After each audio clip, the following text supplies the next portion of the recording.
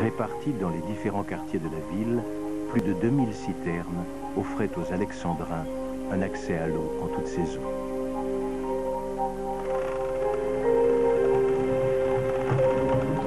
Le souvenir de ces puits utilisés jusqu'au XIXe siècle semble avoir disparu à jamais.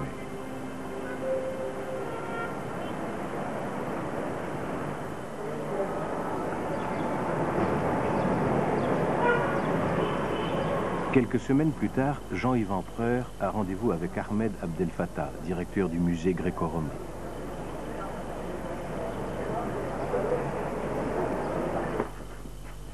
Un lot d'archives du service des eaux de la municipalité vient d'être découvert. C'est un document vraiment exceptionnel que Jean-Yves Empereur a sous les yeux. Une liste de toutes les citernes dressées par l'ingénieur Camille en 1896. À l'époque, on pensait en cas de besoin pouvoir utiliser ces réservoirs. Il y a plusieurs de citernes. 1, 2, 3, 4, 5, 6, 7. 7 citernes dans ce dossier.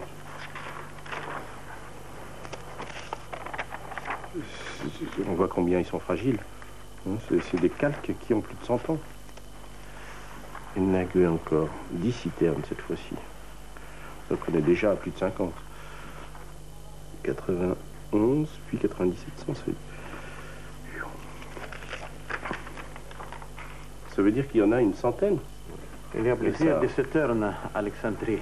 Ouais, oui, Ah, c'est incroyable. C'est une documentation inestimable qui renouvelle complètement le dossier des citernes. Enfin, c'est incroyable. Je ne m'attendais pas à ça. Hein. Vraiment, Mabrouk, félicitations.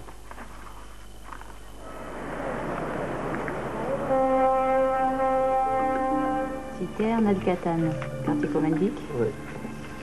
Les précieux documents sont aussitôt transmis à Isabelle Héry et à Yves Guyard. Ils sont décortiqués, traités, scannés et superposés au plan de la ville. C'est la Porte-Revêque, ça. L'emplacement de chaque citerne est parfaitement identifié sur le cadastre actuel. Il suffit maintenant d'aller vérifier sur le terrain. Le réservoir numéro 7 devrait se situer sous l'actuelle rue Fouad. Mais les siècles ont peu à peu masqué l'entrée qui mène à ces citernes. La ville moderne a achevé le lent travail d'effacement en murant et en bétonnant.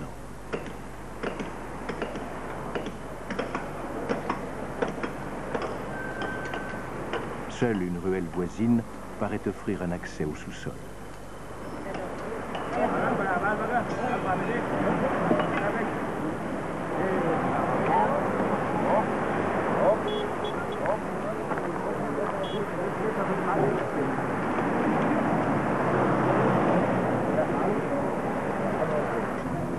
Une bonne marche. Ça glisse. La maçonnerie, composée de briques récentes, a tout l'air d'un abri aménagé pendant la Seconde Guerre mondiale, alors que les troupes de Rommel s'avançaient vers Alexandrie. Bon, voilà. Après quelques mètres, le corridor aboutit à une forme beaucoup plus ancienne. Une autre citerne.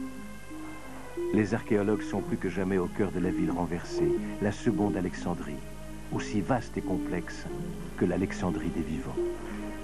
Étonnant, étonnant. Superbe corinthien. Feuille d'acanthe est bien découpé. Bon, il a été scié. On n'aura pas la base. C'est pas grave, il creuse. Bien complet. Ouais.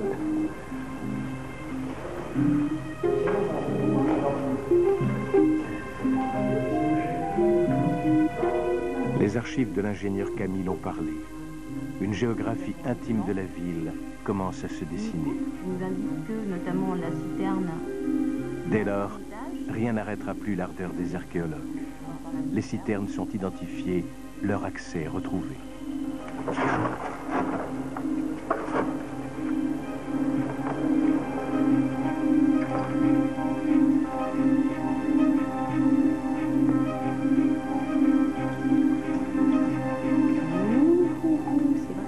C'est froid.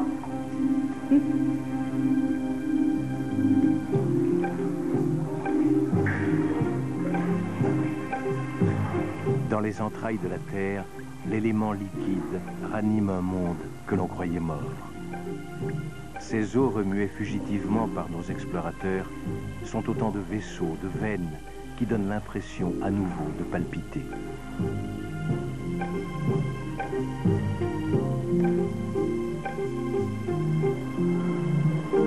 Ces réservoirs ne sont pas tous enfouis. Au milieu d'un chantier moderne, éventré par les bulldozers, ils jaillissent en plein jour.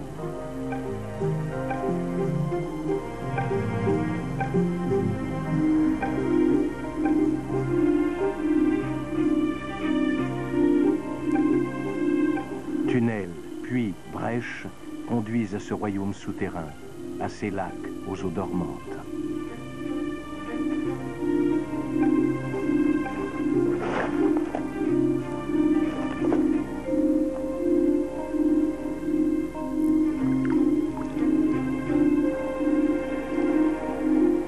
En un mois, 20 citernes sont découvertes et identifiées.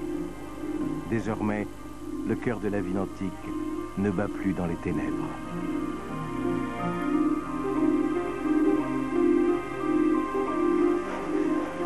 L'équipe d'archéologues décide d'approfondir l'étude de la plus grande de ces citernes, El Nabi.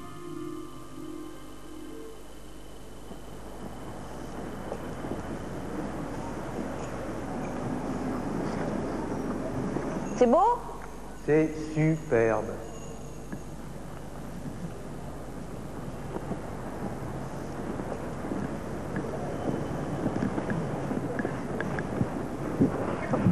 Ça va?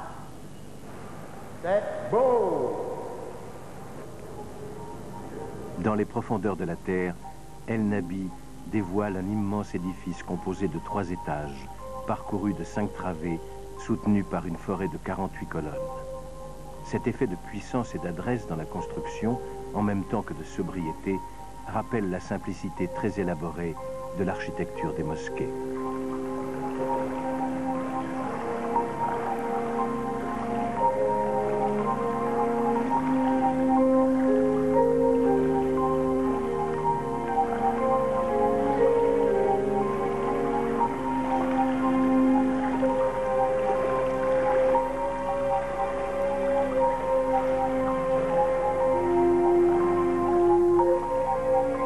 Si les colonnes et les chapiteaux ont bien résisté à la destruction, c'est qu'ils n'ont cessé d'être réemployés au cours des siècles. Ils constituent un répertoire exceptionnel des ordres et styles antiques. C'est un antique, ça. Tu l'as, là? Ouais, je l'ai.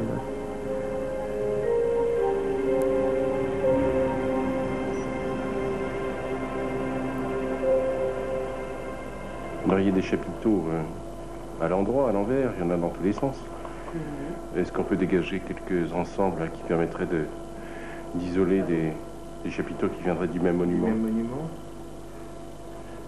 Cette étude des citernes est divers et multiple même, on pourrait dire. C'est essayer de retrouver tout le système hydraulique de la ville à travers donc, ces immenses réservoirs alimentés par les eaux du Nil.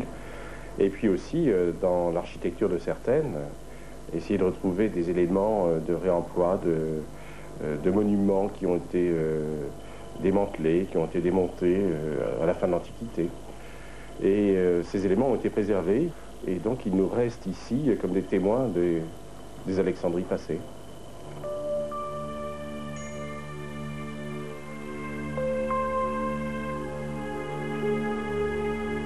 De très rares représentations, mosaïques, terre cuite, peintures, font écho à la magnificence d'Alexandrie, à son rayonnement culturel, à sa puissance politique.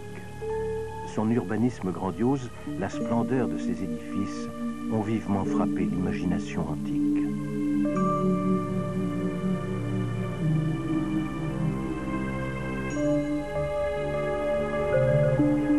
Que sont devenus les palais, le musée et sa célèbre bibliothèque, sans parler des immenses magasins qui faisaient d'Alexandrie le comptoir du monde.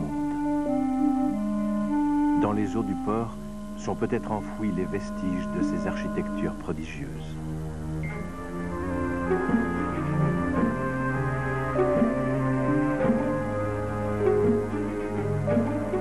À l'est de l'ancienne île de Pharos se dresse un petit fort construit à l'époque mamelouk par le sultan Ketbé. À son emplacement se trouvait probablement une des 7 merveilles du monde. Mais qu'est devenu le phare d'Alexandrie, dont la tour de 135 mètres éclairait les navigateurs?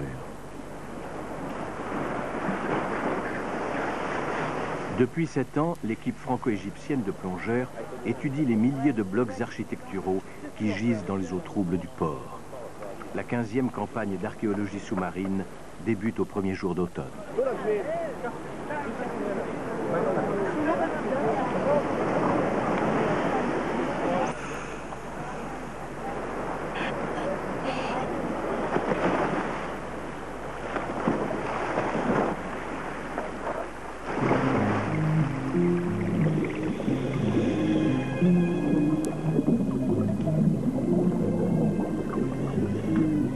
L'extraordinaire champ de ruines est un monumental rébus, un ensemble de plus de 2500 blocs qu'il faut reconstituer pour déchiffrer un sens, deviner une fonction.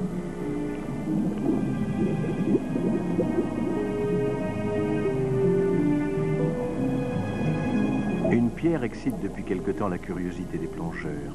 C'est une base de statue sur laquelle on devine des lettres gravées, une épigraphe. Malheureusement, l'usure du temps, l'eau troublée, la lumière faible empêche de lire l'inscription. Un nettoyage méticuleux ne suffit pas à révéler le texte.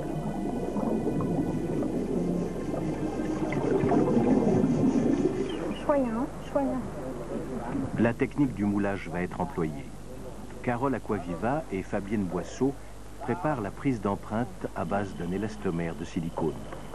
L'opération est très délicate car la pâte durcit très rapidement au contact de l'eau. Le tapis sera posé tout à l'heure sur l'inscription. On ne dispose que d'un quart d'heure. Au sein de l'équipe des plongeurs, les rôles sont distribués et répétés avant l'action. Stéphane et Fred, vous allez prendre alternativement la place de Fabienne et de Chérif. Donc on part du centre du tissu de façon à faire s'échapper les bulles d'air tout doucement à la main. Donc sur le Zodiac, Carole et Emad. Avec la planche. Voilà. Allez, allez, c'est fini là. On arrête. Carole donne le départ de la manœuvre. Les gestes s'enchaînent, chronométrés à la seconde.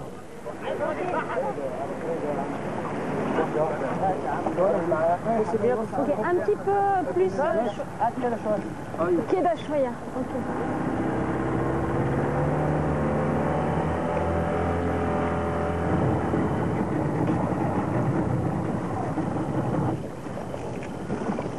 Ça c'est limite. Ouais. Donc on fait glisser la planche. Paris, tu chopes les garcettes, hein? شوي فمسك من هنا شوي